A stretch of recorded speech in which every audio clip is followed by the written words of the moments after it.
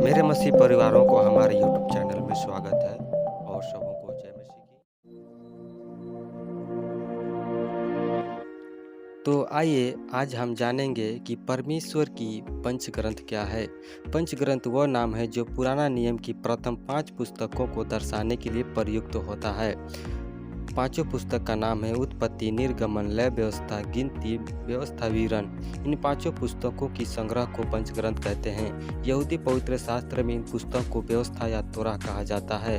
तोरा एक इब्रानी शब्द जिसका अर्थ होता है मार्गदर्शक या निर्देश।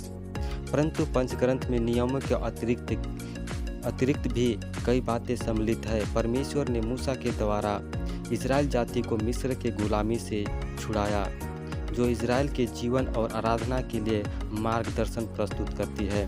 तो आइए पंचग्रंथ की पहली पुस्तक की ओर चलते हैं और पहली पुस्तक का नाम है उत्पत्ति।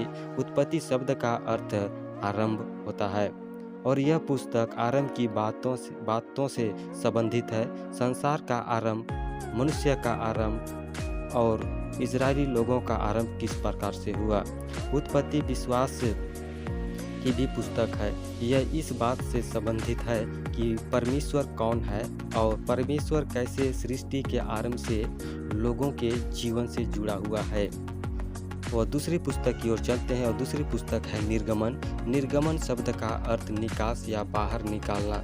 जिन्होंने पुराना नियम के यूनानी संस्करण को लिखा, उन्होंने इस बात पर बल देने के लिए इसका नाम निर्गमन रखा कि परमेश्वर ने किस प्रकार मूसा को चुना ताकि वह इब्री लोगों को मिस्र की गुलामी से बाहर निकाल लाए। तीसरी पुस्तक की ओर चलते हैं। तीसरी पुस्तक है लय व्यवस्था।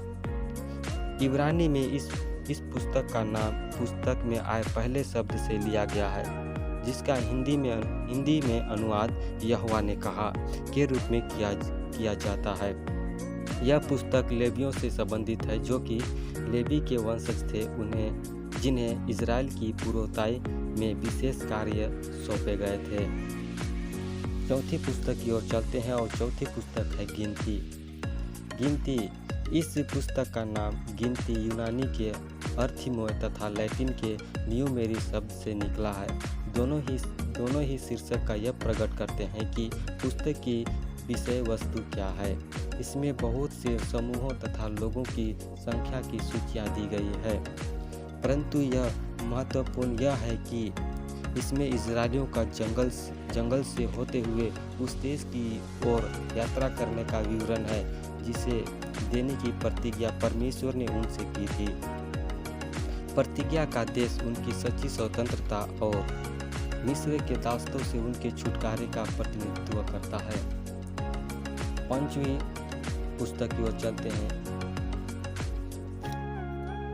यह वास्तव में परमेश्वर की व्यवस्था को दोबारा बताना या उसका न्यूनीकरण है, जिसे परमेश्वर ने मूसा को सीनै पर्वत पर दिया था। इस व्यवस्था विवरण को बाइबल में एक महत्वपूर्ण स्थान पर रखा गया है। यह बाइबल के व्यवस्था या तोरा, जिसका अर्थ होता है शिक्षा देना, नामक भाग की 5वीं तथा अंतिम पुस्तक है। परमेश्वर से जुड़ी ऐसे बातों को जानने के लिए strong of Jesus ministry channel को लाइक सब्सक्राइब जरूर करें।